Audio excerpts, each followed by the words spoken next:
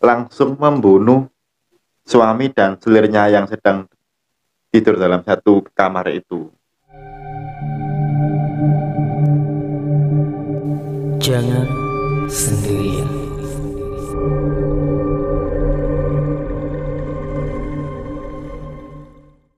Assalamualaikum warahmatullahi wabarakatuh. Ketemu lagi dengan gue Matt di sini di podcast Jangan Sendirian. Om Swastiastu, Nama budaya. salam kebajikan. Mantap sekali. Kali ini gue bersama Mas Dewangga. Beliau adalah salah satu teman saya yang mungkin sedikit tahu tentang sejarah dan banyak tahu sih tentang sejarah.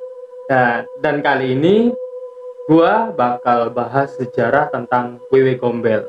Apa kabarnya nih Mas Dewangga? Baik Mas, baik. Apa nih kesibukannya? Riset sejarah sih itu kan. Riset sejarah. Iya.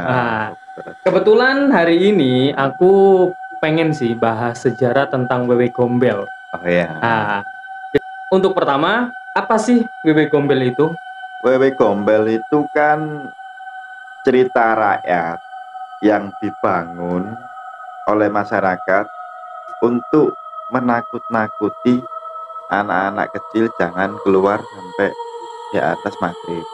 Jadi dibangun untuk menakut-nakuti cerita rakyat, berwujud hantu.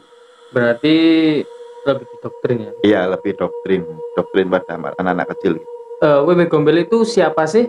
Oke. Kok dia itu ditakuti untuk menakut-nakuti anak kecil itu? Wewe Gombel itu kan dulunya cuman perempuan biasa yang menikah dengan bangsawan.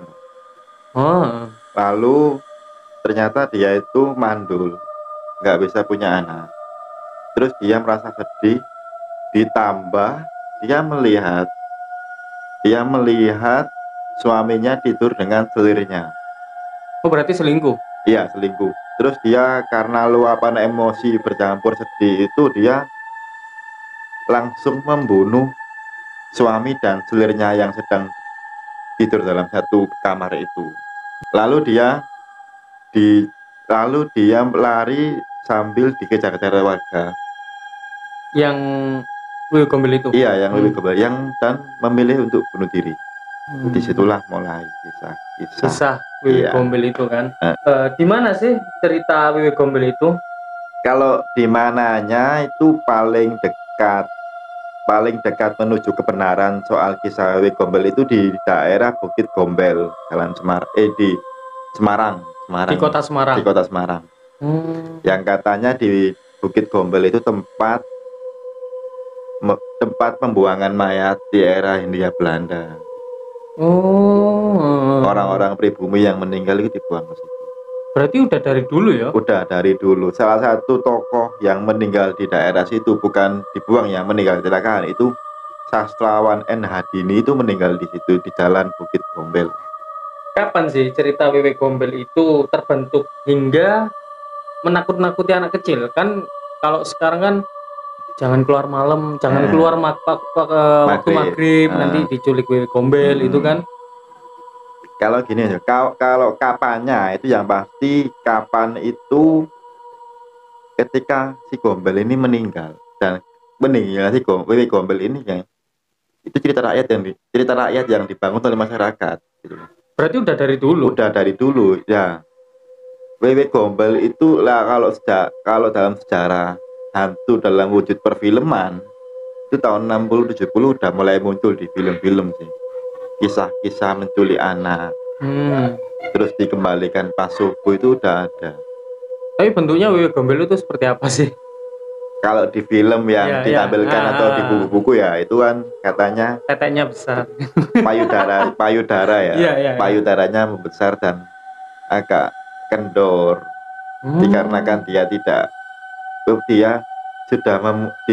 sudah memasuki usia harus memberi ASI, tapi dia tidak punya anak. Akhirnya ASInya ya esok dikeluarin. Akhirnya payudara yang kendor sampai ke bawah. Dari besar gitu kan? Iya. Bagaimana sih cerita itu bisa muncul dan bisa mendoktrin anak kecil? Cerita-cerita hantu, terutama Wewe Gombel ini kan dijadikan doktrin orang-orang tua kepada anak-anaknya itu karena seorang ibu itu kan wujud yang ditakuti tuh. Yang ditakuti dan juga sekaligus dituruti oleh anak-anak. Karena banyak orang tua zaman dulu itu pusing memikirkan anaknya yang keluar malam, akhirnya anak-anak itu daripada aku mikir ngeluh-ngeluh mending aku takutin dengan wewe gombel ini. Oh, berarti awalannya itu dari ketakutan, Iya, ketakutan apa? Bukan ketakutan sih. lebih tepatnya bukan ketakutan tapi lebih ke bagaimana cara orang tua mendidik dengan doktrin kepada anak-anaknya. Mengapa sih Wewe Gombel itu ditampilkan sebagai hantu yang menakutkan? Karena gini, karena orang tua itu kan suka sibuk bekerja ya di ladang setiap pagi sampai sore. Lalu dia tidak punya waktu untuk mengurus anaknya. Nah, daripada anaknya aneh-aneh ya, akhirnya dia diberikan wujud hantu-hantu seperti Wewe Gombel. Namun sebenarnya kisah Wewe Gombel ini kita bisa melihat dari sisi yang lebih baik. Apa itu? Wewe Gombel ini kan kisahnya kan orang yang tidak mempunyai anak loh. Dia mandul. Nah, kenapa sampai dia menculik anak-anak kecil? Itu sebenarnya Wewe Gombel hadir sebagai kritik untuk orang tua yang sibuk bekerja setiap hari bahwa lek kamu punya anak itu mbok ya kamu itu harus ngasih kasih sayang, kamu harus ngeramut, kamu harus mencukupi, bukan hanya ditelantarkan saja. Kalau kamu telantarkan ya wujud hasilnya ini diculik Wewe Gombel. Jadi adanya Wewe Gombel itu bukan murni salah anak yang keluar malam, Berarti salah orang tuanya. salah orang tua juga. Kok bisa kamu membiarkan anakmu keluar malam? Wewe Gombel sebenarnya pengen menceritakan itu, pengen menggambarkan itu dalam kisahnya. Lah dua anak itu ya jagaan ramutan kasih nasi. Tapi kejadian itu, apakah cerita Wewe Gombel itu masih ada sampai sekarang? Oh masih mas, bahkan tahun lalu itu ada berita di Medan itu anak hilang, yang katanya warganya diculik Wewe Gombel. Warganya? Kata warga daerah Oh, itu. kata warga daerah itu. Iya. Wih, kisah itu masih hidup sampai sekarang, terutama di daerah-daerah yang masih banyak hutan-hutan liar. tapi apakah perkotaan itu juga ada? Kalau perkataan mungkin nggak pernah dengar ya, terutama Surabaya aku belum pernah dengar di Surabaya ada penculikan Wewe Gombel. Lagian kalau penculikan Wewe Gombel itu di daerah perkotaan ditaruh mana gitu loh, masa apartemen? Ya, kan mungkin itu seperti anak-anak zaman sekarang kan, Pak. Apartemen kan. ya. Iya, apartemen. Boleh ya. Oh iya gitu kan. Kenapa sih daya tarik Wewe Gombel itu masih ada sampai sekarang? Karena dari segi filosofinya ya, kisah Wewe Gombel ini sangat menampar banyak pihak. Pihak guru, pihak sekolahan, pihak orang tua, pihak masyarakat yang sudah mulai individualis, tidak saling menjaga. Akhirnya kisah-kisah ini masih tetap hidup.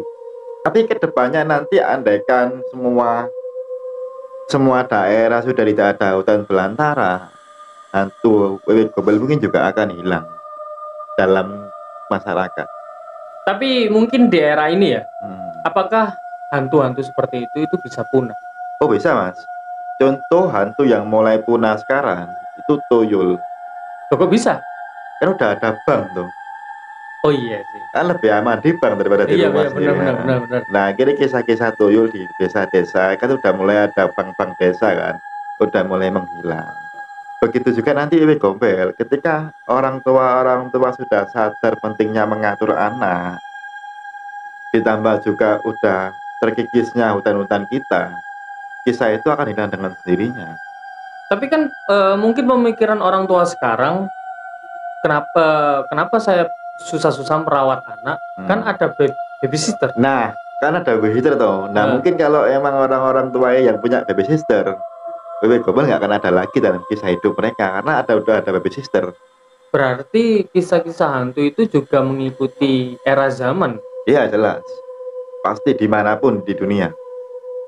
Contohnya? Contohnya kalau kita ngomongin di dunia ya, kenapa sih Dracula itu di era Romania itu dia ditampilkan pakai jas? Karena di abad-abad 13, 14 ketika era Utsmania yang Sultan Utsmania di Turki yang menguasai Eropa, saat itu orang-orang Eropa yang bangsawan sudah mulai menggunakan jas. Tapi sebelum itu ada mumi kan? Sebelum itu ada mumi di masa musim dari kuno ya. Ya. Karena pakai mumi itu sumuk, mending pakai jas, boys. Oh, mungkin lebih premium lebih ya. Lebih apa? Kalau kamu melihat vampir di Cina, dia pakai adat budaya modern. Seperti itulah hantu berkembangnya. Jadi ya, mungkin zaman ke zaman ya. Mungkin di masa depan ya, di masa depan 10 tahun, 20 tahun lagi. Hantu-hantu untuk generasi anak muda, anak-anak generasi kita mungkin hantunya lebih cantik, putih kayak K-pop gitu. Lebih glowing. Iya, lebih glowing. Tapi ada nggak sih cerita Wewe Gombel itu sampai masuk TV atau berita? Masuk berita itu hanya sebatas omongan dari warga-warga saja, belum ada bukti. Mungkin buktinya hanya BH yang ada di depan rumah si anak yang hilang. Oh, berarti ada buktinya itu? Ada, katanya sih ada BH yang tertinggal. Itu bukti adanya Wewe Gombel sih per hari ini masih itu BH yang tertinggal. Setelah itu nggak ada bukti kuat menunjukkan bahwa Wewe Gombel itu ada. Apa motif Wewe Gombel itu menculik anak? Karena dia mandul. Jadi gini, Wewe Gombel itu kan mandul loh. Terus dia mempunyai naluri keibuan untuk mengasuh bayi, memomong anak, mengatur anak. Akhirnya dia menculik anak-anak yang ditelantarkan oleh orang tuanya.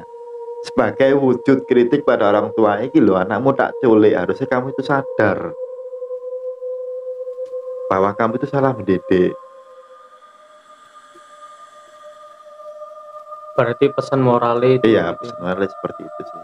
Kan harusnya sebagai kita generasi muda itu kan belajar dari hantu-hantu ini dong. Oh iya. Dari Wewe Gombel. Oh ya, bagaimana cara kita mengatur anak. Ya mungkin cukup sekian lah. Ya itu sedikit sejarah tentang Wewe Gombel, dan next gue bakal bahas semua tentang sejarah-sejarah hantu dengan Mas Dewangga. Pokoknya jangan lupa ikutin terus channel podcast Jangan Sendirian. Jangan lupa subscribe di bawah ini, dan terima kasih untuk Mas Angga. Terima kasih sudah diundang. Nah, sudah mengisi di podcast ini, dan next bakal kita bahas lebih banyak lagi ya. Lebih banyak lagi kan cerita-cerita dari sejarah-sejarah setan itu. Oke, terima kasih. Salam, saya Med, dan selamat malam.